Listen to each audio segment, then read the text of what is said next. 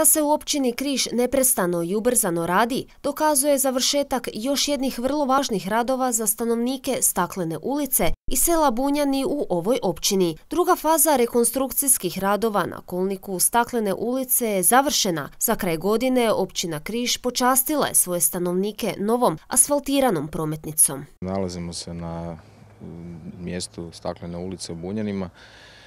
Uredili smo drugu fazu, dakle rekonstruirali te ceste.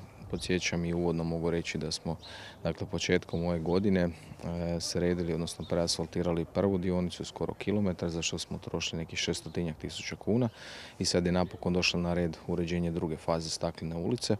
Dakle 800 metara radovi koji podrazumijevaju presvaćanje asfaltom postojeću cestu i uređenje bankina. Projekt koji je vrijedan otprilike 480 tisuća kuna, za koji smo također kao i u prvoj fazi dobili potporu Zagrebačke županije u iznosu 250 tisuća kuna. Riječ je o cesti koja nekoliko desetljeća nije uređivana, a sada je dobila potpuno novo ruho. Možemo reći da smo zapravo ovu godinu zaokružili za stanovnike Staklene ulice, ali ujedno i Bunjana, novu infrastrukturu, skoro 2 km ceste u prvoj i drugoj fazi koji su ukupno radovi iznosili preko 1 milijun kuna. No radovi kreću dalje i to već sljedeće godine, najavio je načelnik Magdić. Naši radovi, odnosno dinamika i realizacija, ovisi o tome da li prođemo na nekom natječaju ili ne.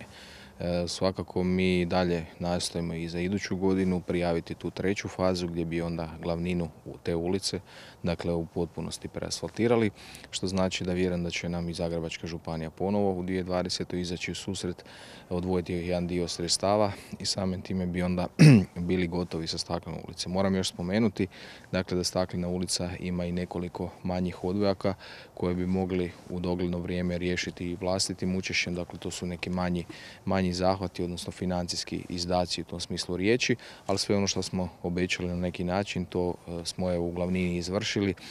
Nadamo se da onda iduće godine će i ta treća faza biti gotova, što znači da će stanovnici Staklene ulice i Bunjana dobiti kompletno asfaltiranu ulicu. Po svemu sudeći, stanovnici općine Križ doista mogu biti zadovoljni.